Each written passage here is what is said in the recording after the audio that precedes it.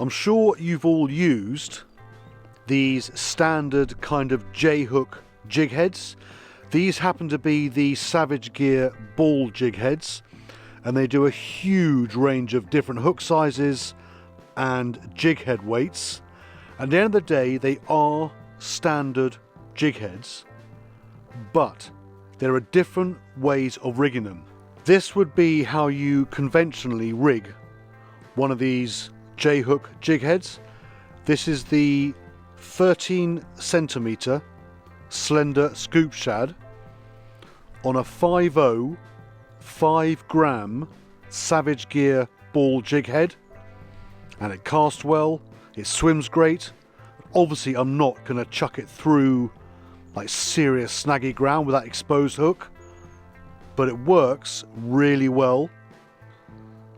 So I was asking around on Facebook about some fishing, and a lad very kindly put me on to this different way of rigging with a regular J-hook jig head. This is the Gravity Stick paddle tail.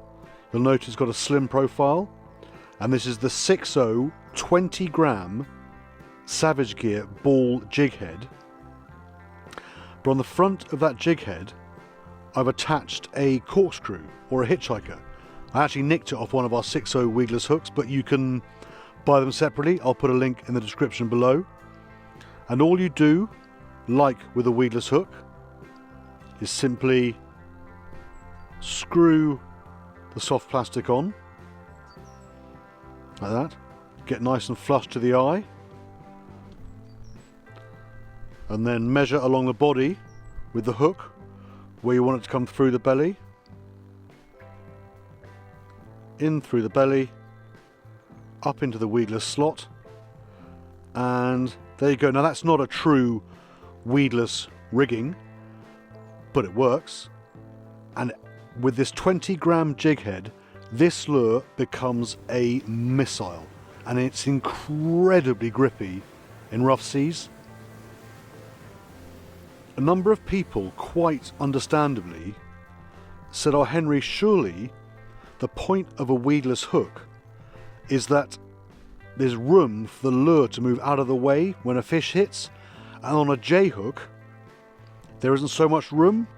And I get that, but the only way to see if it works is to go and try it. And the first time I ever used this system for bass, my first ever hit from a bass on a lure set up like this, bang, and the fish was on no trouble at all. So look, I'm not saying this system is the be all and end all, but it's an option.